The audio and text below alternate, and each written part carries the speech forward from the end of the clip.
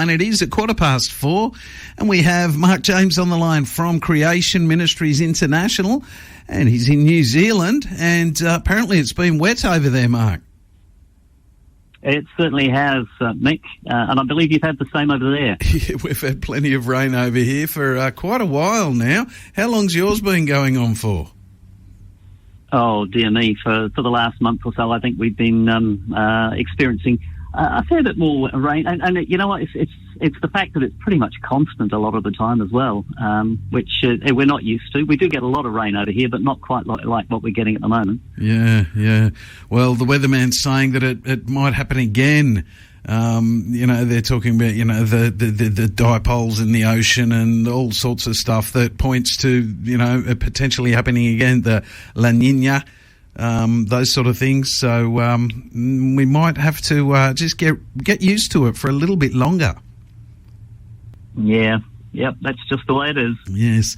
Now, Mark, of course, you're from Creation Ministries International, and you guys have been awesome for us as far as speaking to us pretty much every week now for years.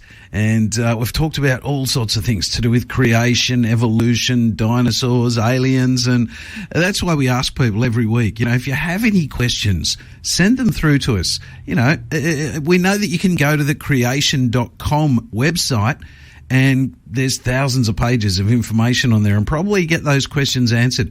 But if you have one of those questions right now, one of those niggly little questions that you'd really like an answer to, we would love for you to send it to our SMS line, because if you've got a question, chances are there's quite a few other people that have the same question. So come on, just send them through to 0401 949 949. That is a text line. Now, Mark, working with Creation Ministries, I assume that, we're not the only people you talk to. You'd speak to a lot of other people out there. Yeah, and definitely, Mick. My role with Creation Ministries during the week, anyway, I'm an events coordinator for Creation Ministries.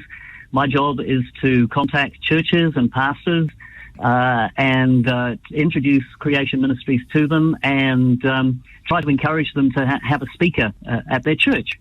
And it's a role I've been doing now for about 3 years, and I get to speak to an awful lot of people with an awful lot of different ideas on these things. But it's always great when we find a church, when we find somebody who's really on board with our message and they're keen to have a speaker. And that's the aim of our ministry. The aim of our ministry really is to link people into the message that the Bible can be trusted, and then feed them with information that supports that so that they can defend their faith when it comes under attack, and they can actually share their faith with confidence as well. Right. And what about denominations? What sort of denominations do you work with? We're a non-denominational organisation, so we'll go pretty much wherever people want us. You know what? If an atheist organisation contacted me and said they wanted a Creation Ministry speaker, we'd be there in a flash, because we just want to get the message out there to as many people as we can. Yeah, that's awesome. And so you're sort of speaking to different groups all the time and churches. And do you ever speak to, like, the pastors alone, or is it always with the churches? How does that work? In terms of speaking, it's usually a church group that we speak to, although we do, on occasion, organise breakfast meetings where we'll invite a number of pastors in to talk to them and introduce the ministry and to equip the pastors for when they're talking to people within their congregation about these issues. We're an information ministry. We're all about educating people. We're all about letting people know that there are answers to the questions that unbelievers ask, and so we can have confidence in our Christian faith. Yeah. Mark, look, we've got to go into a song now, but when we come back, I'd love to ask you about, normally when Dr. John's talking to us, he'll tell us that maybe he's spoken to a school group or something, and I'll sort of ask the question, what was your best question? Well, if you speak to pastors, I'd like to know what sort of questions they ask. So when we come, I have Mark James on the line from New Zealand, from Creation Ministries International, and he's been talking about, well, what he does with Creation Ministries, very similar to what Dr. John does with Creation Ministries over here, but Mark in particular is in charge of booking the events and organising the events. We all hear about, when Dr. John goes on his little tours around speaking at different places. And Mark, you do a similar sort of thing. And I've just thrown a curly question at you. We always hear, what have the kids been asking, or what have the congregations been asking when it comes to questions? Well, I wanted to know what sort of question time, what sort of questions get thrown at you from the pastors? This is a warning for all you other creation speakers out there. If you're talking to Mick, he tends to throw curly questions every now and then. Mick, the questions generally that I get asked, particularly when I'm organising events, the pastors really want to know how things operate, how the ministry works. So that's a lot of the discussion that we have. They want to know, is there a cost involved? Well, we have no set speaker fees, so we just ask that the church prayerfully considers a donation to the ministry. They also want to know about the resources, so we take along resources to meetings, and at the end of the event, people that are there get an opportunity to look through the resources and make purchases if they want to. We also promote our Creation magazine, which is probably the best resource we have. Mm-hmm. So they're asking about how those sorts of organisational things happen. In terms of questions that pastors ask, what I find when I'm calling a church, I have no idea what the pastor that I'm calling. Often, I have no idea what that pastor actually believes about Genesis. Mm-hmm. And I have to be honest here and say that there's a lot of pastors out there who have a different understanding of Genesis to the understanding that we have at Creation Ministries. Yep. I think I said the very first day, we are an organisation. We do not say that what you believe about Genesis is a salvation issue. Mm-hmm. Obviously, we are saved by grace through faith. But what you believe about Genesis it's an authority issue. Do we trust the Bible and read it as it's plainly written, or do we trust fallible scientists who are interpreting a fallen creation? Yep. So I'll call a pastor, and sometimes there'll be pastors that have differing views on Genesis. So we'll get into discussions, and I've been on the phone to some pastors for anything up to an hour discussing these things. And it's from my point of view, it's great. I want to hear what these pastors, what are some of the reasons why they don't believe that Genesis is written as history. And through that, we get an awful lot of questions come up. And often they're very similar to the questions that we would get from unbelievers. Yep. Because the way science is presented nowadays, in the media, on the TV, on the internet, it's presented as fact. And a lot of these long-age evolutionary beliefs are presented as fact. And as we discussed in the first night that I was here, it's very important that we explain to people that there is actually two types of science. There's experimental science, where the experiments are done in the present, and it can be repeated. And then there's historical science. So a lot of the discussions that I have with pastors, we start talking about this difference, the two types of science, mm-hmm. and explaining that to them. And then it starts to, what it does is it breaks down barriers, I suppose, and we can start to then look at their individual questions. And I mean, I've had questions that range all the way from, even pastors asking, well, so who did Cain marry? And going all the way through to, I had one pastor who had somebody in his congregation who was a flat earth believer and was causing a lot of trouble within the church. And he wanted to have an answer to give to this flat earth believer. And on the phone, I can answer to a certain stage, but then the best thing I can do is point them to articles on our website. And that's what I do. of course, and that website, for anybody who needs to know right now, it is creation.com. It is 4:28, and we're going to go into we still have Mark James on the line from New Zealand, from Creation Ministries International. Been speaking to us today a lot about Creation Ministries and what he does with Creation Ministries. And I threw a curly one in there. Wanted to know what sort of questions the pastors ask of the Creation Ministries guys. But speaking about all this, Creation Ministries speakers going and speaking to people, Mark, how, if somebody's listening right now, and I know you're in New Zealand, but I assume it sort of works the same. If somebody wanted to speak to a CMI guy or get them out to their church or something, what would they do? How would they do it? Okay, I really want to encourage your listeners, actually. If this is a topic that you are passionate about, if it's something that you're interested in, something that you think that your church would be interested in, then I'd encourage you to contact Creation Ministries. And all you do is go to creation.com.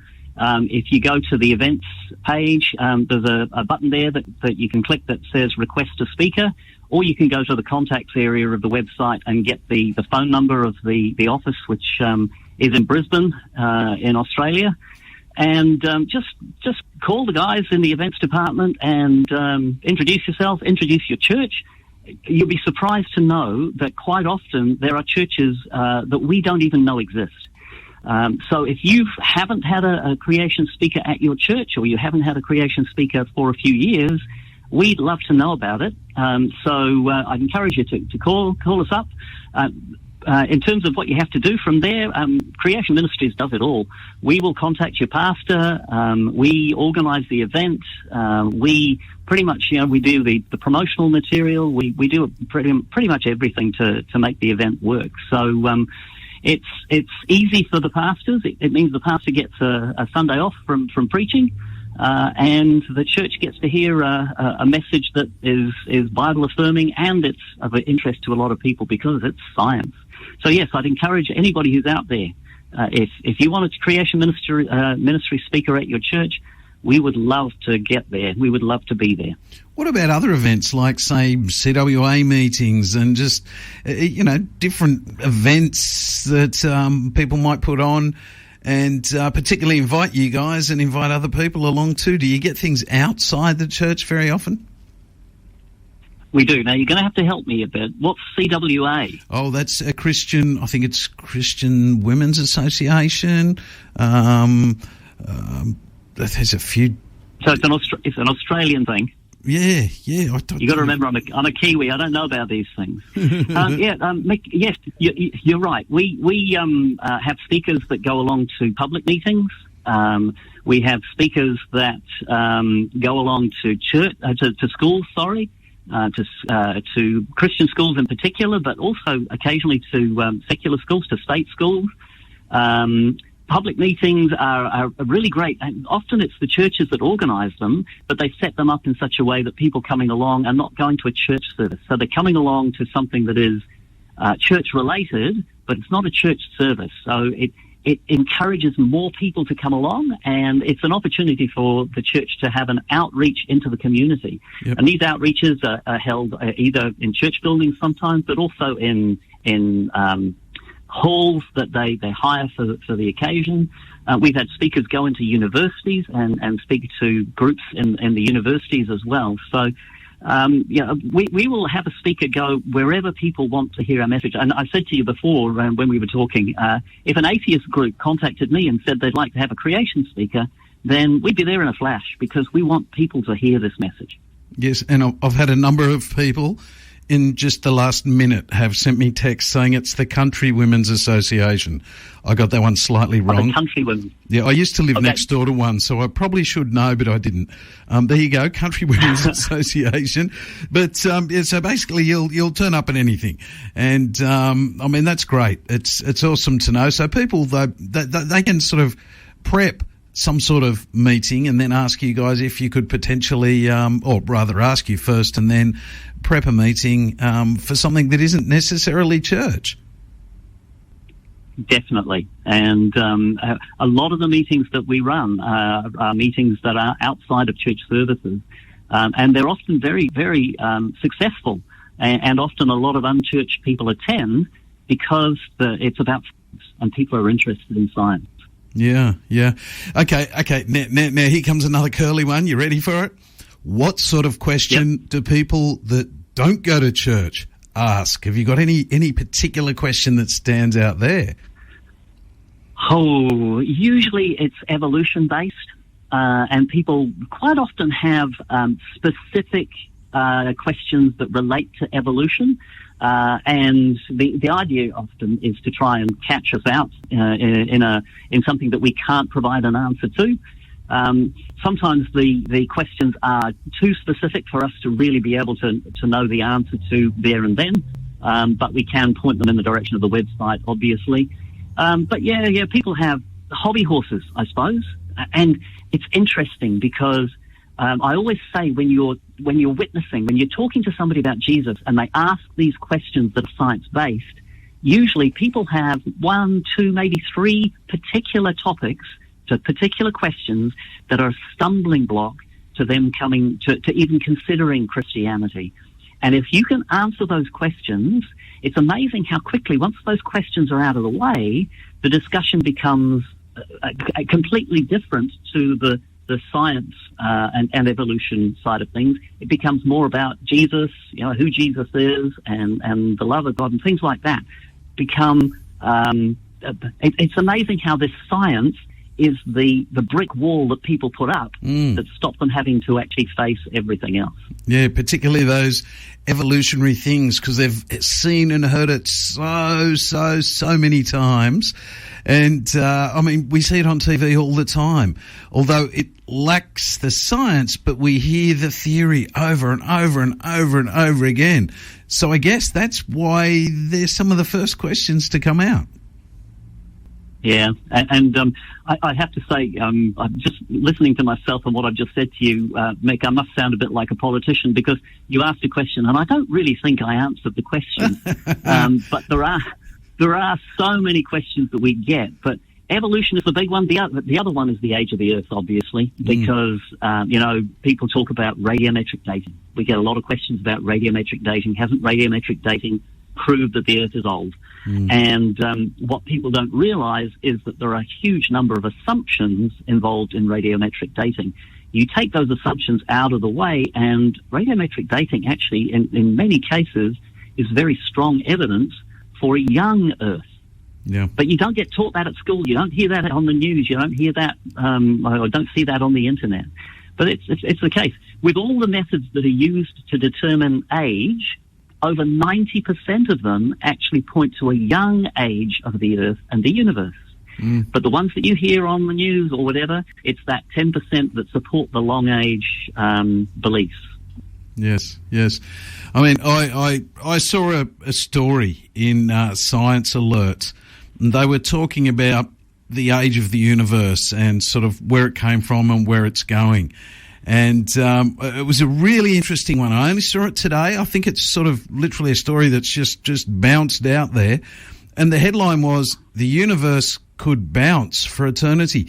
And basically the story is they're going, well, we haven't been able to get our heads around the Big Bang, which is their theory anyway.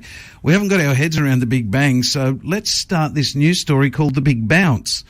And I read the whole story, and there's so many questions in there. This big bounce, they go, well, we're a bit concerned about people saying, the Big Bang where everything was created from nothing, because they can't get their head around that. So instead they say it's the Big Bounce, where entropy means that everything literally wore itself out to almost nothing, and then it went bang, and now it's going to do it again. But the question still remains, because of entropy, that is, things wear out and wear down and turn back into nothing. The bounce is sort of, where does all the energy come from? It's the same thing all over again. And sadly, these guys keep coming up with these new theories where they could just look at the Bible and believe it. You know what? They come up with these theories. There's no way of scientifically testing them. They just throw these things out there because they haven't got a clue how it happened, and they don't want to believe the Bible. So that's effectively what all this is about. People don't want to believe the Bible. They don't want to believe that there is a God. They don't want to believe that they are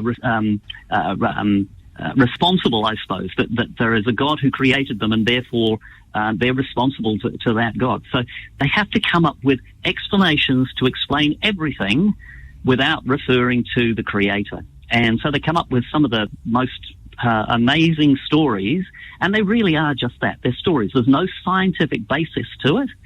One of the issues with this big bounce, and it's not that new, to be honest, Mick, that somebody might have sort of decided to drag it out and air it again. Yep. But one of the big problems with it is that, like any of these things with the bounce, every time it bounces, there would be a loss of energy. There would have to be a loss of energy. Yep. And for that reason, it can't go on forever. And it can't have been happening from eternity past, because if it had been happening from eternity past, the energy would have wound down to nothing already. So, you know, they put these things out there, and there'll be a lot of people who read it and nod and say, oh, well, that explains everything, when in fact it explains nothing. And what you do find with these articles is that they use the word perhaps, maybe, could have, you know, all those words that don't really mean an awful lot. They use those sorts of words because they don't know. I've got the story in front of me, and it's got lots of those words. As soon as you said that, I could just see them all on the page almost bounce out at me. There's one creation organisation that had this thing where they say, well, you get an article like that, go through and cross out all the sentences that have those words in them, and then see what's left. And what you end up with is very little. Yeah, I can imagine. In fact, I'd like to do that. Mate, look, we've come to the end of another week, and of course, we've had 3 weeks with you, and it just doesn't feel like enough, but I've got to say, it's been fantastic. I've really enjoyed it. It's the first time we've spoken to anyone from CMI, from New Zealand, and it's been absolutely fantastic. So thank you so much. Mick, I have thoroughly enjoyed it as well. I think I said, I recommended to you that you should get a guy by the name of Rod Walsh. So talk to the people at CMI and see if you can encourage them to get Rod Walsh on your show, because you'll have a ball with Rod. You really will. Sounds awesome. Well, thank you. I thank you for the last 3 weeks.